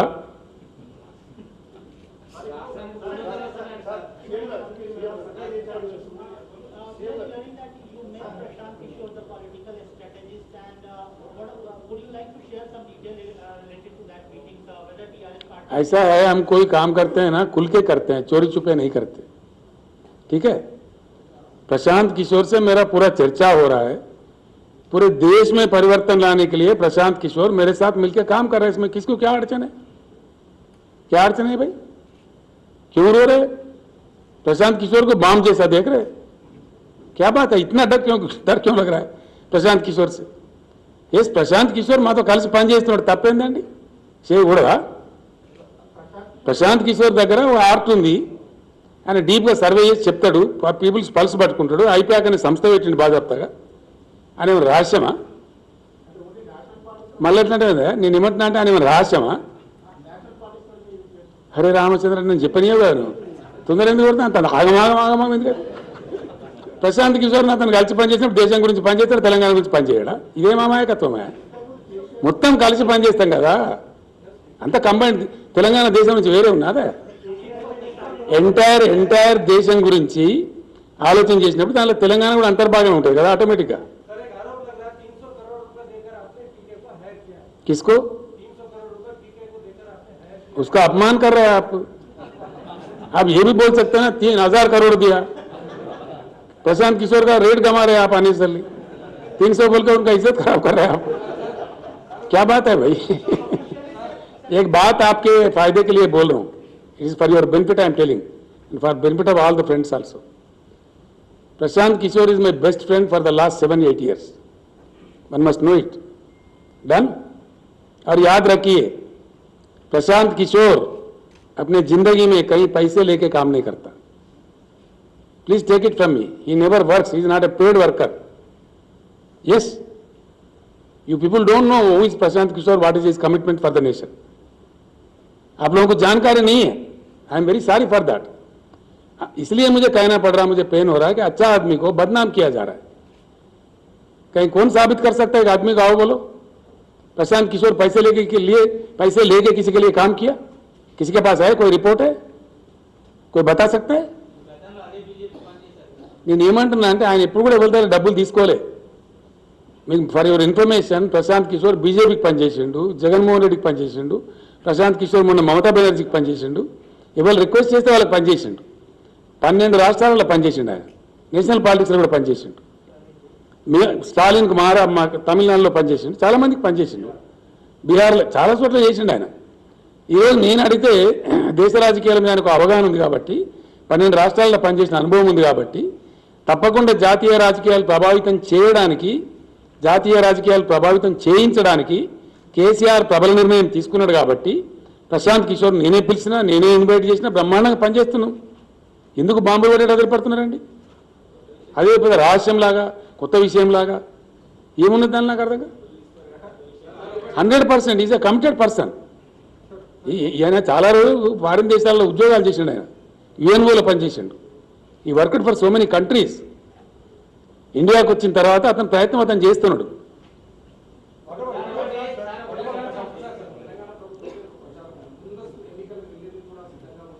నేను ఏమంటున్నా అంటే మేము స్పష్టంగా ఉంటాం, అస్పష్టంగా ఉండం. 600 ముందస్తు ఎన్నికలకు వెళ్ళే ప్రశ్న లేదని మొన్ననే చెప్పిన నేను, మళ్ళీ ఇప్పుడు కూడా చెప్తున్నా. పోయినసారి నేను అసెంబ్లీని డిజాల్వ్ చేసిపోయినా, అది కూడా చెప్తున్నా. Yes, there was a need at that time. ఎందుకు? మేము ప్రారంభించిన పథకాలు, మేము ప్రారంభించిన ప్రాజెక్టులు మళ్ళా మేమే ఉండి పూర్తి చేయాల్సిన అవసరం ఉండే కాబట్టి, మళ్ళీ టీఆర్ఎస్ గవర్నమెంట్ ఖచ్చితంగా రావాల్సిన అవసరం ఉండే కాబట్టి కరెక్ట్ టైంలో నేను ఇంటెలిజెంట్గా డెసిషన్ తీసుకొని I came back with 88 seats, right? ఇప్పుడు ఆ అవసరమే లేదు, అన్ని పరిపూర్ణంగా కంప్లీట్ అవుతున్నాయి. ఇప్పుడు పాలమూరు ఎత్తిపోతల పథకం కంప్లీట్ కావాలి, సీతారామ పథకం కంప్లీట్ కావాలి, మేము పెట్టిన లిఫ్ట్ ఇరిగేషన్ స్కీములు కంప్లీట్ కావాలి, తెలంగాణ ఇంకా ధాన్యం ఎక్కువ పండించాలి, తెలంగాణకు ఇంకా ఐటీ పెట్టుబడులు ఎక్కువ రావాలి, ఇంకా పరిశ్రమల పెట్టుబడులు రావాలి. ఆ ప్రయత్నాలు మా టర్మ్ ఎండ్ దాకా కూడా ఇప్పుడు కొనసాగిస్తాం, మధ్యలో భంగం చెయ్యం, రైట్? ఎవరైనా ఆసుకుంటే అట్లా అనుకుంటే పాపం తెలియక తెలియలేక అనుకుంటే మేము చేయలేము. ఆ మాట్లాడేవాళ్ళు కూడా ఎందుకు కొరగాని వాళ్ళు ఇక్కడ ఏ రకం కూడా ఏమి స్థాయి లేని వాళ్ళు, వాళ్ళకి ఇక్కడ పాత్ర లేదు, మను లేదు, నెత్తి లేదు, కత్తి లేదు, ఊరికే ఏదో అరుస్తూ ఉంటారు బదాల మీద. దాన్ని మేము పడుచుకో అన్న, ఎవడో ఏదో కలగని చెప్పుకుంటారు. ఎల్లుండి ఎలక్షన్ అయితే తయారుగా అవుతుంది, అట్లా అవుతుందా? నాకు అర్థం కాదు.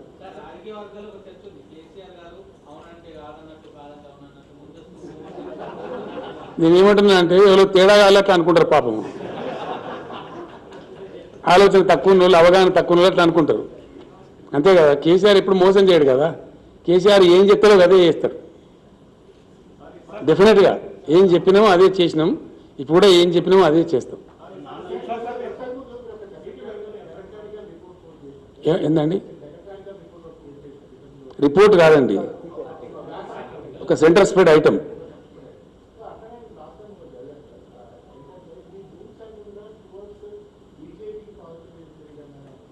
ఏంది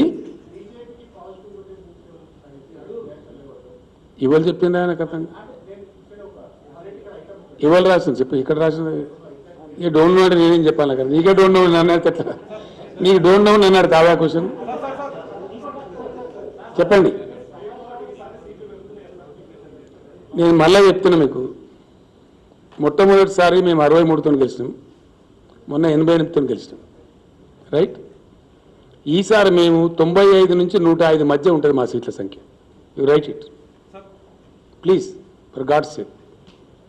95 to 105 మధ్య గెలుస్తాం మేము. మీకు ఒక 25 days తర్వాత ఒక రిపోర్ట్ కూడా ఇస్తాను నేను, మీరే ఆశ్చర్యపడతారు. ఎస్, ఒక ఈ మధ్య వినండి, మీరు అడిగి పూర్తిగా చెప్పాలి కదా. Our seats are going to be 95 to 105 మధ్య ఉంటాయి. నిన్ననే నాకు లేటెస్ట్ రిపోర్ట్ వచ్చింది, 3 డిఫరెంట్ సంస్థలు చేసిన సర్వే. వాళ్ళు 30 సీట్లు సర్వే చేశారు, 29 మేము గెలుస్తున్నట్టు 0.3% తోని ఒక సీట్ పోతున్నట్టు వచ్చింది. జస్ట్ 0.3, 1%. అంటే ఏంటని అర్థం? 30లో ఒక సీటు పోతే 120లో 4 పోతాయని అర్థం. 30కి 1 అంటే that is going to the result, take it from మీ.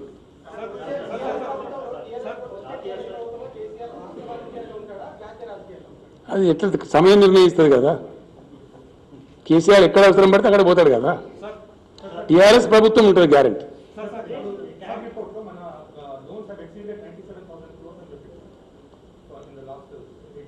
ఏ కాగా నాకు అర్థం, నీ సపరేట్ కాగేమని ఉందా నీ దగ్గర?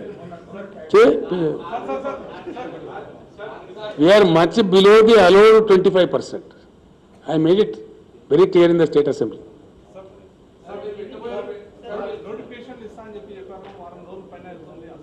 టైం పడుతుందా బాబు? కట్టిస్తారా? ఎటువంటి తట్టించి ఆయన కోర్టు కేసు పెడతారా? 80,000 ఉద్యోగాలు నింపుతామన్నాం, నింపి తీరుతాం గ్యారంటీగా. Don't be hasty. అది నాకెట తెలిసి నాకు అర్థం కాదు. నేను ఏమంటున్నా అంటే, నేను వేదిక పెడతానా, ఫ్రంట్ పెడతానా, పార్టీ పెడతానా, నాకే సరిగ్గా తెలియదు ఇప్పటికి. You see discussions are under way. క్లియర్గా చెప్తున్నాను, నేను అనుమానం అక్కర్లేదు. ఇప్పుడు ఎట్లా ఉంటుందంటే, కల్పన లేని వాళ్ళు ఉంటారు, అవగాహన లేని వాళ్ళు ఉంటారు. For your information I'm telling, TRS party పెడుతున్నప్పుడు నా పాత మిత్రులు కొందరు వచ్చిన క్లాస్మేట్స్ ఏమవుతుందని అడిగారు. పంచాయతీరాజ్ ఎలక్షన్ లాంచింగ్ ప్యాడ్గా నేను పోతున్నాను చెప్పాను. అంటే ఎప్పుడు పెడతావు పార్టీ అని అడిగాను. సుప్రీంకోర్టులో కేసు పెండింగ్ ఉంది, 2001 సంగతి అని చెప్పి, దాని జడ్జిమెంట్ని అనుసరించుకొని నేను పెడతా అని చెప్పి. నేను వెయిట్ చేస్తున్న సుప్రీంకోర్టు జడ్జిమెంట్ వచ్చింది. అప్పటికే టీఆర్ఎస్ జెండా, టీఆర్ఎస్ ఫస్ట్ క్యాసెట్ అన్నీ రెడీ చేసి నేను బీరువాల పెట్టి తాళం వేసి పెట్టాను. ఇది బయట చాలామంది తెలియదు, రైట్? సుప్రీంకోర్టు జడ్జిమెంట్ వచ్చిన మరుక్షణం నేను కొంత పద్ధతి పాటించే మనిషిని కాబట్టి అయ్యగారులను అడిగి ముహూర్తం తెలుసుకొని నిర్ణయం ఖరారు చేసి పెట్టేసినాం. ఆ టైంలో నా ఫ్రెండ్స్ వచ్చారు, వచ్చి ఇదంతా సినిమా చూపించినట్టుంది, నువ్వు పార్టీ పెట్టుడు, పంచాయతీరాజ్ ఎలక్షన్ పోటీ చేసుడు, నీకు అభ్యర్థులు దొరకడు, నువ్వు గెలుచుడు ఉంటుందా అన్నారు. అంటే నేను చెప్పిన పాలిటిక్స్లో ఎప్పుడు కూడా పనిచేసేది ఏంటి? Trend, situation and equation. మీరు ఏమైనా రాసుకుంటారంటే రాసుకోండి. పాలిటిక్స్లో ఆల్వేస్ అన్నిటికన్నా ఎక్కువ ప్రభావితం చూపించేది trend and equation and situation. ఈ మూడు ఉంటే దానికి ఒక ఆర్టికులేటర్ మ్యాచ్ అయింది అనుకో, exactly that was what the result of TRS in Panchayati Raj elections. 2 జిల్లా పరిషత్తులు గెలిచింది 45 రోజుల లోపల, 100 మండలాలు గెలిచినాం, 3000 సర్పంచులు గెలిచినాం, 1142 ఎంపీటీసీలు గెలిచినాం. మీరు సాక్షి దానికి. డన్. ఇప్పుడు కూడా గట్లే ఉంటుంది, ఆగమాగం వద్దు. ఏం జరుగుతుందో మీరు చూస్తారు. There are much deeper issues I'm telling my friends. చాలా చాలా ఉన్నాయి సమస్యలు, దేశంకు అవగాహన లేని ఉన్నాయి, దేశాన్ని ఎట్లా గోల్మాలు దింపినో ఉన్నాయి. ఈ 75 ఏళ్లలో ఎంత అజ్ఞానంలో దేశాన్ని పెట్టినటువంటి ఇష్యూలు ఉన్నాయి. చాలా పరిశాన్ అవుతారు మీరు అవి బయటకు వచ్చినాడు. కాబట్టి తొందరద్దు. Things are under way, things are under process. ఆ ప్రాసెస్ జరుగుతుంది తప్పకుండా. తప్పకుండా 2024లో సంపూర్ణ క్రాంతి వైపు భారతదేశం రాస్తా చేసుకుంటుంది.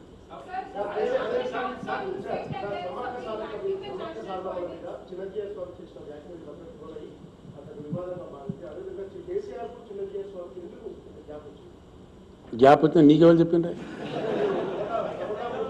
నీకెవరు చెప్పింది నాకు అర్థం కాదు. విచిత్రంగా లేని గ్యాప్ నువ్వెట్లా మాట్లాడుతుంది? ఊహించుకొని నువ్వు గ్యాస్ పెట్టుకొని నన్ను అడిగితే నేనేం చెప్పాలి? ఇట్స్ ఆల్ హంబగ్ అండి. Sorry, I don't answer the silly questions. నేను ఏమంటాను, జిఆర్ సార్ అడిగాను, కొంచెం నన్ను ఎట్లా అడతావా? You don't ask me please.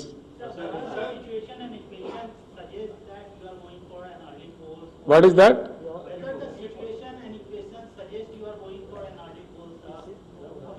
I said it very clearly, abundantly, no.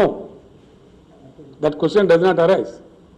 Sir, you said that there is a huge vacuum over national politics. So will you be going forward with the front, or will you be leading, because you have been meeting a lot of leaders across the country? See, I have very clearly said it, very clearly, that there is a void, there is a vacuum in the national politics of India, right?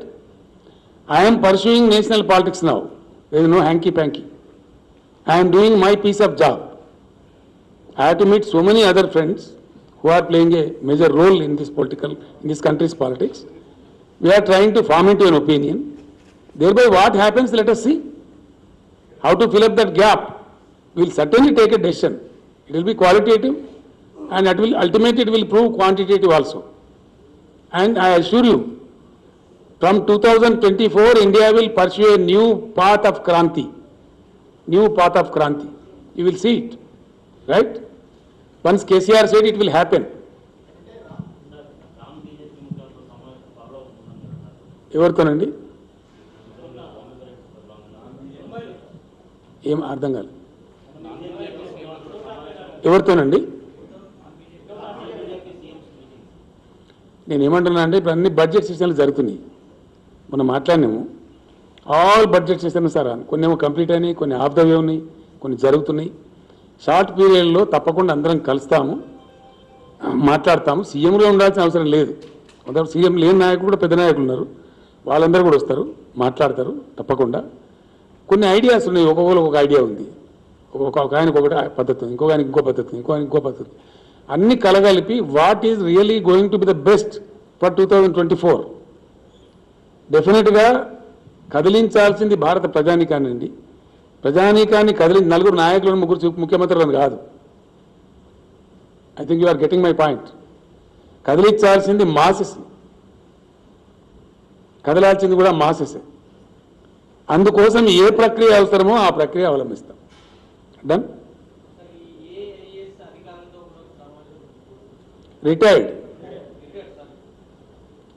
మీకు చాలా విషయాలు నేను చెప్పాల్సినవి ఇప్పుడు ఒప్పుకుందా? మేము అట్లా అల్లా తప్పగా ఏం చేసినా కూడా దేశంలో అడ్వకేట్ల సంఖ్య 20 లక్షలు ఉన్నది. వాళ్ళందరినీ కదిలిస్తాను. ఇంత పెద్ద సబ్జెక్ట్ చెప్పాను. దేశంలో 1018 యూనివర్సిటీలు ఉన్నాయి. ఆల్రెడీ వర్క్ స్టార్ట్ అయింది. వాళ్ళని కదిలిస్తాను. డన్. దేశంలో 45,000 నుంచి 65,000 వరకు గ్రాడ్యుయేషన్ కాలేజీలు, డిగ్రీ కాలేజీలు, ప్రొఫెషనల్ అన్నీ కలిపి. డన్. అటు సైడ్ పోయింది. అది కూడా జరుగుతుంది పని. వర్క్ స్టార్ట్ అయింది. అండ్ ఏం అరమరికలు ఇవ్వండి. I said I'm doing my piece of work. నేను ఒకసారి అన్నా అంటే ఊరుకుంటున్నా? తప్పకుండా పని చేస్తా కదా. రోజుకో 3-4 గంటలు దాని మీద సీరియస్ పని జరుగుతుంది. ప్రశాంత్ కిషోర్ నాతో కలిసి పని చేస్తానని చెప్పినా కదా. ఆయన పని ఆయన చేస్తూనే ఉన్నాడు. మాట్లాడుతూనే ఉన్నాం. చాలా రాష్ట్రాల నుంచి నాకు ఫోన్లు వచ్చినాయి. చాలా మాట్లాడుతున్నాం. ఎవరికి ఉండే అవగాహన వాళ్ళు చెప్తున్నారు. అవన్నీ షేర్ చేస్తున్నాం, మాట్లాడుతున్నాం. అన్నీ కలిపి మాట్లాడి ఒక వేది మీదకి తెచ్చి ఆ వేదిక ఏంటనేది మీ ముందుకు వస్తుంది బ్రహ్మాండంగా. దానికి ఎంత స్పాన్ అవసరం, ఎంత టైం అవసరం, ఏ టైంకి రావాలి, ఎట్లా రావాలి, పరిపూర్ణమైన పద్ధతిలో చాలా పరిపూర్ణంగా వస్తుంది. పరిపూర్ణమైన విజయాన్ని కూడా సాధిస్తుంది. దానిలో ఏం డౌట్ అవసరం లేదు.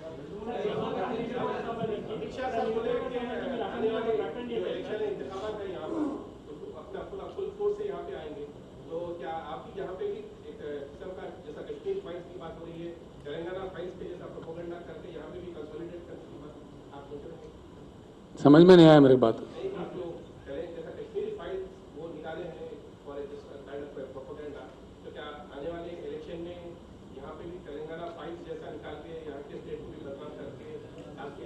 आपको समझ में नहीं आया बात, इसलिए मैं साफ कह रहा हूं ना. बात हो हिंदुस्तान में तो हमारे पानी के फाइल्स पे हो, हमारे उद्योग के फाइल्स पे हो, हमारे डेवलपमेंट के फाइल्स पे हो, हमारे बेरोजगारी के फाइल्स पे हो. वो फाइल्स हम भी हिंदुस्तान के सामने रखेंगे. ठीक है.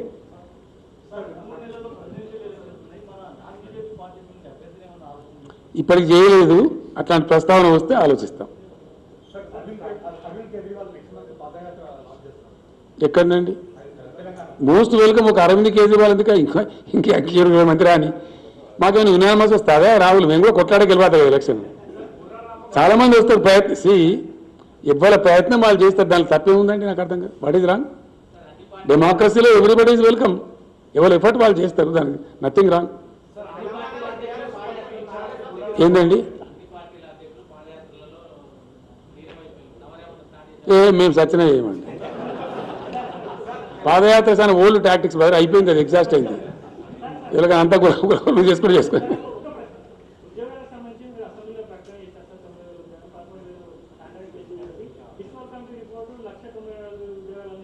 అది తప్పని చెప్పినాం కదండి. క్లియర్గా చెప్పినాం కదా. తప్పు అని చెప్పినాం. అది క్లియర్గా చెప్పినాం. మేము మళ్ళీ వచ్చినట్టు దానికి అర్థమే లేదు. మీకు అర్థం కాలే ఒక పాయింట్.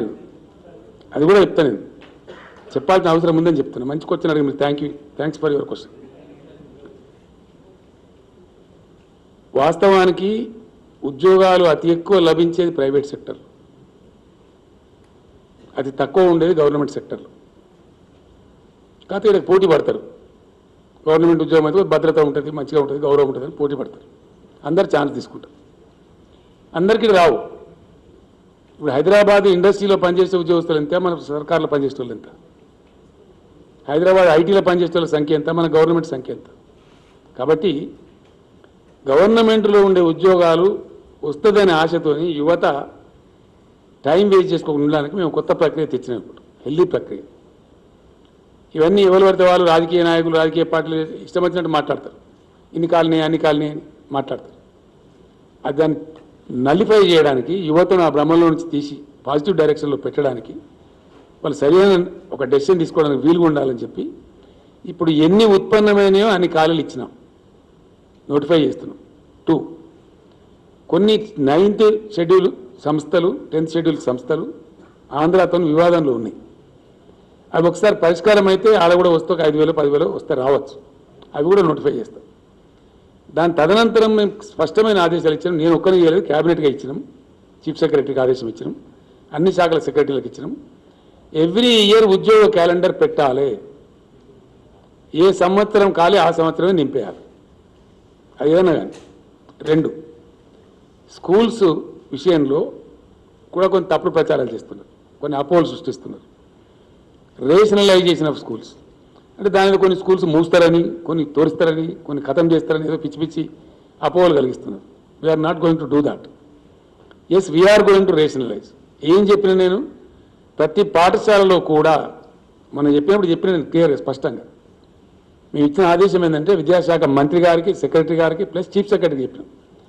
ప్రతి పాఠశాలలో ఉండాల్సిన ఫ్యాకల్టీ లెక్కల సార్ ఉండాలి, సైన్స్ సార్ ఉండాలి, తెలుగు సార్ ఉండాలి, ఏమేమి సబ్జెక్ట్ టీచర్ ఉంటారో అది that is the real rationalisation. విద్యార్థులకు చక్కటి మంచి విద్య అందితే ఇంగ్లీష్ మీడియం కూడా స్టార్ట్ చేస్తున్నాం కాబట్టి వాళ్ళ పాపం వాళ్ళు బ్రతుకుతారు. మంచి విద్య వస్తే, మంచి విద్య రావాలంటే అరకొరగా ఉండొద్దు. ప్రతి పాఠశాలలో కూడా అన్ని సబ్జెక్టు టీచర్లు ఉంటే రేషనలైజ్ చేయండి. కావాలంటే ఇంకో 10,000 టీచర్ పోస్టులు తీసుకోమని చెప్పినాం. You take another 10,000 teacher post, but 100% అన్ని స్కూళ్ళల్లో ప్రతి సబ్జెక్టు టీచర్ ఉండాలి. జర్నలిస్టులతో నా రిక్వెస్ట్, అక్కడ లేకపోతే మీరు నా దృష్టికి రావాలి దయచేసి. రాబోయే 2-3 నెలల్లో ఈ రిక్రూట్మెంట్ అయిపోయిన తర్వాత నెక్స్ట్ అకాడమిక్ ఇయర్ నుంచి ఖచ్చితంగా రేషనలైజేషన్ ఏంది, అన్ని పాఠశాలలలో అన్ని సబ్జెక్టుల టీచర్ల నుండి పరిపుష్టమైన విద్య చెప్పాలి, చక్కటి విద్య చెప్పాలి. దానికోసం ఇంకో 10,000 ఉద్యోగాలను ఇస్తామని చెప్పినాం. ఇంకో 10,000 టీచర్ పోస్టులు కావాలని ఇస్తాం, కానీ తీసుకోండి, చేయండి, చక్కగా నడపండి అని చెప్పినాం. That kind of rationalisation also will take place. Thank you.